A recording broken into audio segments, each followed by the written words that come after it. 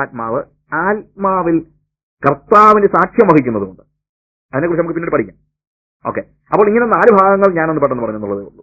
ഇനി പെട്ടെന്ന് പറയുന്ന മറ്റൊരു കാര്യം, the spirit of truth is the alter ego of Jesus.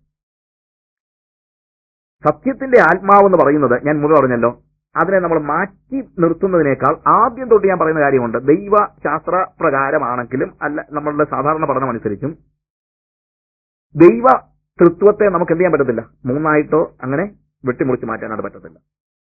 ആരാണ് പരിശുദ്ധാത്മാവായി ഭൂമിയിൽ വരുന്നത്? ത്രിയേക ദൈവമാണ്. അല്ലാതെ നമ്മൾ ആദ്യത്തെ ക്ലാസ്സിനെ ഞാൻ പറഞ്ഞു, അല്ലാതെ സൃഷ്ടി നടത്തിയത് പിതാവ്, വീണ്ടെടുപ്പ് നടത്തിയത് പുത്രൻ, ഇപ്പോ പരിശുദ്ധാത്മാവ് എന്നുള്ള നിലയിൽ നമുക്ക് മനസ്സിലാക്കാൻ വയ്യാത്തതുകൊണ്ട് അങ്ങനെയൊക്കെ നമ്മൾ ചിന്തിക്കുന്നു എന്നുള്ളതേ ഉള്ളൂ. യാഥാർത്ഥ്യം അതല്ല. സൃഷ്ടിയിലും ത്രിയേക ദൈവം പങ്കാളിയായിരുന്നു, രക്ഷണീയ പ്രവൃത്തിയിലും ത്രിയേക ദൈവം പങ്കാളിയായിരുന്നു. ഇപ്പോൾ പരിശുദ്ധാത്മാവിന്റെ ഈ യുഗത്തിൽ ആത്മാവും എന്താണ്? He is the triune God, not just one part of the Holy Spirit, one part of the Godhead. He is the triune God. അവൻ ത്രിയേക ദൈവം തന്നെയാണ്. ദൈവത്തെ 3ആയിട്ട് വെട്ടിമുറിക്കാനായിട്ട് പരിശ്രമിക്കരുത്. യോഹന്നാന്റെ സുവിശേഷം 14-ാം അധ്യായത്തിലെ 1-2 വാക്യങ്ങൾ വായിച്ചുകൊണ്ട് ഞാനിതൊന്ന് വിശദീകരിക്കാനായിട്ട് പരിശ്രമിക്കുകയാണ്. അതിന്റെ 10-ാമത്തെ വാക്യത്തിൽ, ഞാൻ പിതാവിലും പിതാവ് എന്നിലും ആകുന്നുവെന്ന് നീ വിശ്വസിക്കുന്നില്ലയോ? ഫിലിപ്പോസ് ചോദിക്കുകയാണ്, ഞങ്ങൾക്ക് പിതാവിനെ കാണുന്നു. കർത്താവ് ചോദിക്കുക, അതെന്തോ വർത്തമാനോ ഫിലിപ്പേ പറയുന്നത്? 3.5 കൊല്ലമായിട്ട് നീ ആരെയാ കണ്ടോണ്ടിരിക്കുന്നത്? പിതാവിനെയാ കണ്ടോണ്ടിരിക്കുന്ന പറയുന്നത്. പ്രത്യക്ഷത്തിൽ നിന്റെ കണ്ണുകൾ കാണുന്നത് എന്റെ ശരീരമാണെങ്കിലും വാസ്തവത്തിൽ നീ കണ്ടോണ്ടിരിക്കുന്ന ആരെ തന്നെയാണ്? പിതാവിനെ തന്നെയാണ് കണ്ടോണ്ടിരിക്കുന്നത്. അതിന്റെ 14-ാം അധ്യായത്തിൽ 9-ാം വാക്യത്തിൽ, എന്നെ കണ്ടവൻ പിതാവിനെ കണ്ടിരിക്കുന്നു. നോക്ക്, അപ്പോൾ പലസ്തീന്റെ തെരുവുകളിലൂടെ, ഗലീലയുടെ കടൽപ്പുറത്തൂടെ, യെരുശലേമിന്റെ ദേവാലയ അങ്കണത്തിലൂടെ നടന്നുപോയവൻ ആരാണ്? പിതാവാണ് നടന്നുപോയത്. യേശുവിൽ വ്യാപരിച്ചത് പിതാവ്.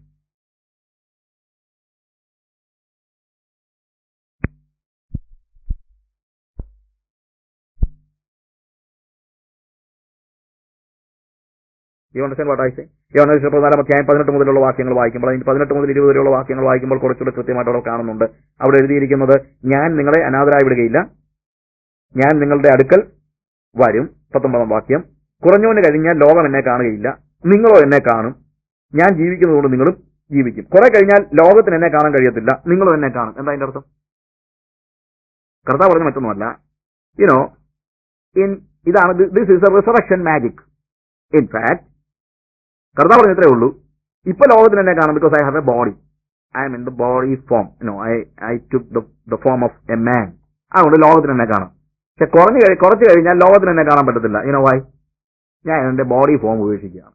പക്ഷെ നിങ്ങൾ എന്നെ കാണും. എങ്ങനെ കാണും? ആത്മാവ് നിങ്ങൾ എന്നെ കാണും. അപ്പോൾ പരിശുദ്ധാത്മാവ് എന്തു തന്നെയാണ്?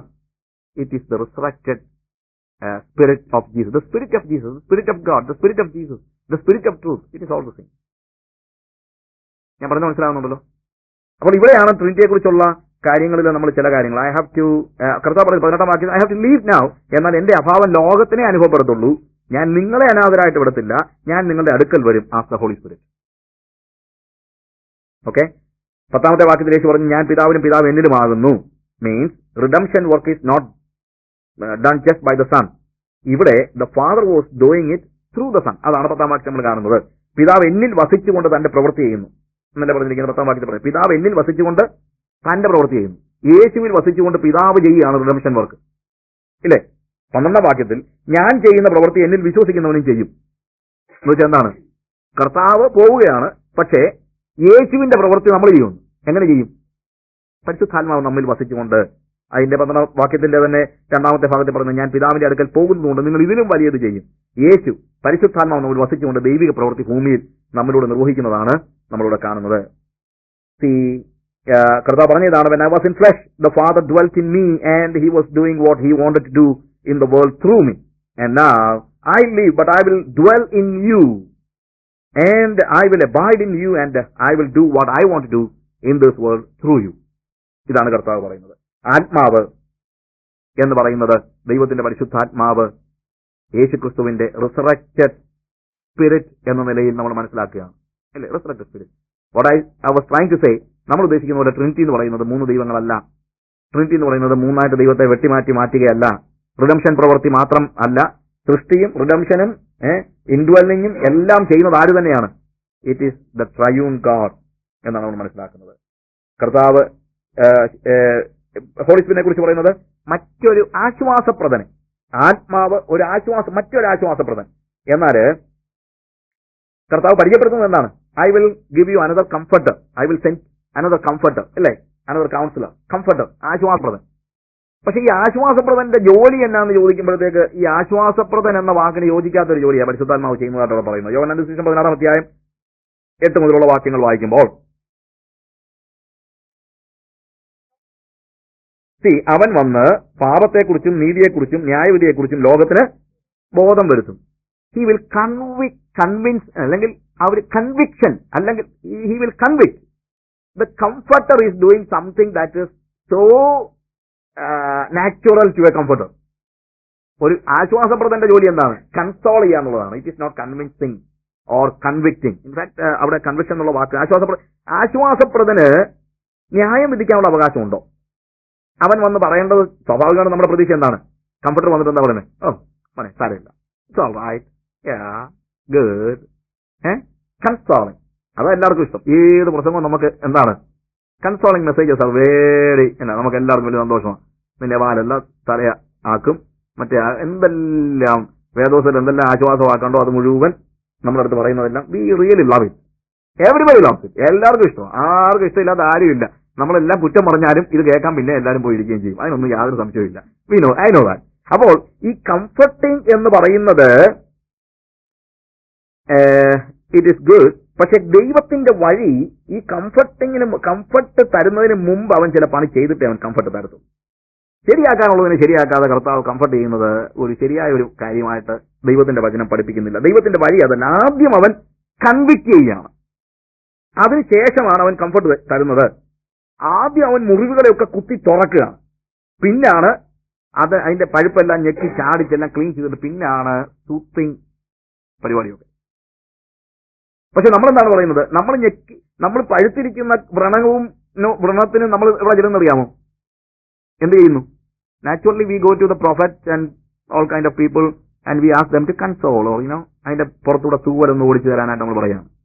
പക്ഷെ വേദപുസ്തകത്തിൽ പ്രവാചകന്മാർ വളരെ കൃത്യമായിട്ട് എതിർത്തിരിക്കുന്ന കാര്യം അതാണ്. എന്റെ ജനത്തിന്റെ മുറിവുകളെ അവര് എന്ത് ചെയ്യുന്നില്ല? ട്രീറ്റ് ചെയ്യുന്നില്ല, ശരിയായിട്ട് ട്രീറ്റ് ചെയ്യുന്നില്ല. അവരെന്ത് ചെയ്യുന്നു? മോളിൽ കൂടെ തൂവൽ ഓടിച്ച് എങ്ങനെയുണ്ട്, സൗഖ്യമുണ്ടോ, സുഖമുണ്ടോ, എന്ന് പറയുന്നതാണ് ശുശ്രൂഷയായിട്ട് ആളുകൾ ചിന്തിച്ചിരിക്കുന്നത്. പക്ഷെ എന്താണ് പ്രവാചക ദൗത്യം എന്ന് പറയുന്നത്? പ്രവാചക ദൗത്യം എന്ന് പറയുന്നത് പഴുത്തിരിക്കുന്ന വ്രണങ്ങളെ ഞെക്കി അതിന്റെ പഴുപ്പെല്ലാം ചാടിച്ച് അതിനെ ക്ലീൻ ചെയ്ത് പിന്നീടാണ് എന്നുണ്ടാകേണ്ടത് കംഫർട്ട് കൊടുക്കേണ്ടത്, അല്ലെങ്കിൽ കൺസോൾ ചെയ്യേണ്ടത്, അല്ലെങ്കിൽ സൂതൻ ചെയ്യേണ്ടതായിട്ടുള്ള കാര്യം എന്ന് നമ്മൾ മനസ്സിലാക്കണം. അപ്പോൾ ന്യായം വിധിക്കുന്ന പരിശുദ്ധാത്മാവിനെയാണ് നമ്മൾ ആദ്യം തിരിച്ചറിയേണ്ടത്. പിന്നീടാണ് നമുക്ക് എന്ത് മനസ്സിലാക്കേണ്ടത്? കംഫർട്ട് ചെയ്യേണ്ട പരിശുദ്ധാത്മാവിനെ കൺവിക്ട് ചെയ്യുക എന്നുള്ള അർത്ഥം. ഞാൻ പഴയ നിയമത്തിലെ ഉത്തമഗീതത്തിലെ ഒരു ഭാഗം ഒന്ന് വായിച്ച് ഈ കാര്യത്തെ ഒന്ന് വിശദീകരിക്കാനാണ്. ഇതുപോലെയുള്ള പല ഭാഗങ്ങൾ വേദപുസ്തകത്തിൽ നിന്ന് പഠിക്കേണ്ടത് വളരെ അത്യാവശ്യമാണ്. But still we don't have time. So ഒരു ഭാഗം മാത്രം, ഇതുമായിട്ട് റിലേറ്റഡ് ആയിട്ടുള്ള ഒരു ഭാഗം മാത്രം ഞാനൊന്ന് പെട്ടെന്ന് വായിച്ചു പോകാനായിട്ട് ആലോചിക്കാം. അതിന്റെ 4-ാം അധ്യായം അതിന്റെ 16-ാം വാക്യത്തില്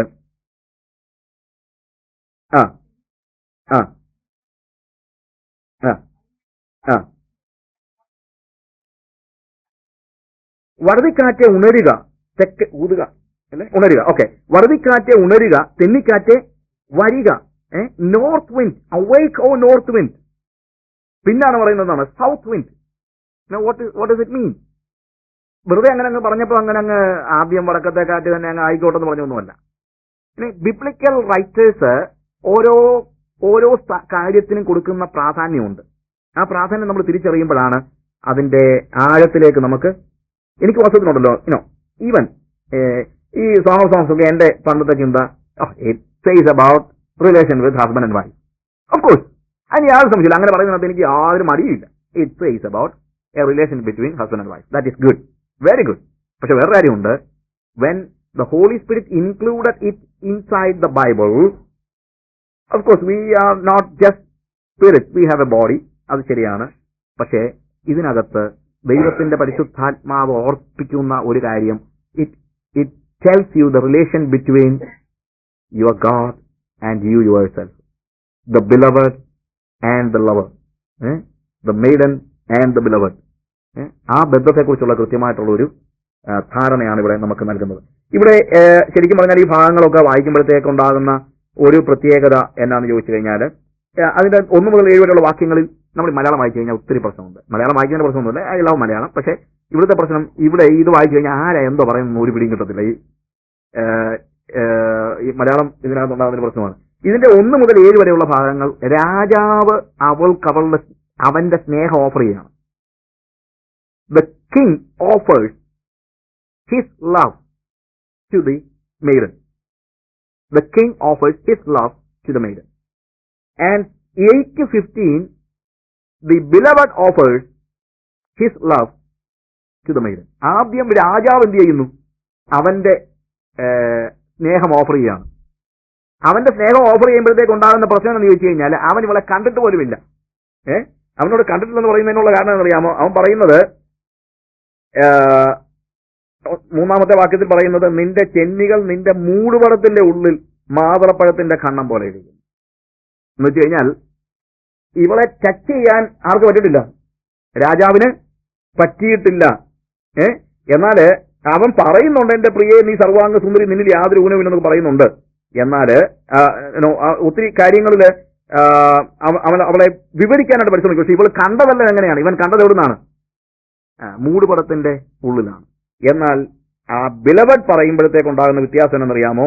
ബിലവഡ് അവളെ കുറിച്ച് പറയുമ്പോഴത്തേക്ക് അതിന്റെ 10-ാം വാക്യത്തിൽ പറയാം, എന്റെ സഹോദരി, എന്റെ കാന്തേ, നിന്റെ പ്രേമം എത്ര മനോഹരം, വീഞ്ഞിനേക്കാൾ നിന്റെ പ്രേമവും സകലവിധ സുഗന്ധവർഗത്തേക്കാൾ നിന്റെ തൈലത്തിന്റെ പരിമളവും എത്ര രസകരം. നോക്കുക, അവിടെ ഇവന്റെ സ്നേഹം കുറെ കൂടെ ആഴത്തിലാണ്. അല്ലയോ കാന്തേ, നിന്റെ അധരം തേൻകട്ട പൊഴിക്കുന്നു. ഇത് അവന് അപ്രാപ്യമായ ഒരു കാര്യമല്ല.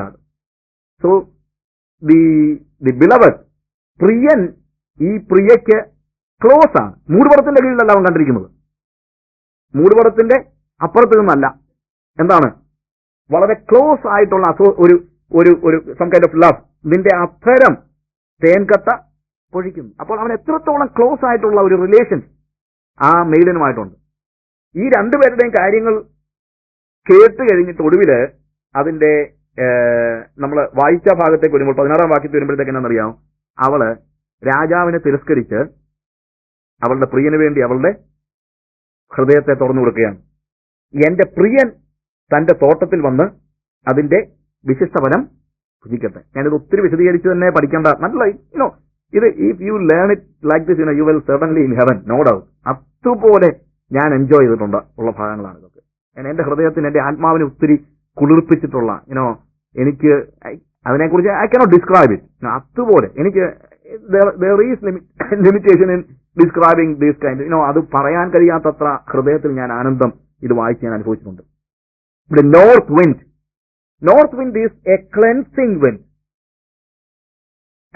വടക്കൻ കാറ്റെന്ന് പറയുന്നത്, വടതിക്കാറ്റ് അല്ലെ, വടക്കൻ കാറ്റെന്ന് പറയുന്നത് ക്ലെൻസിംഗ് വിൻഡാണ്. ഇയ്യോബിന്റെ പുസ്തകം 37-ാം അധ്യായം 21-22 വാക്യങ്ങൾ.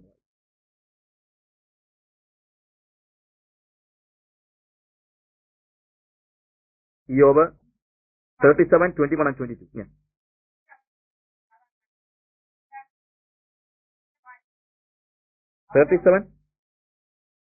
Yeah. Yeah.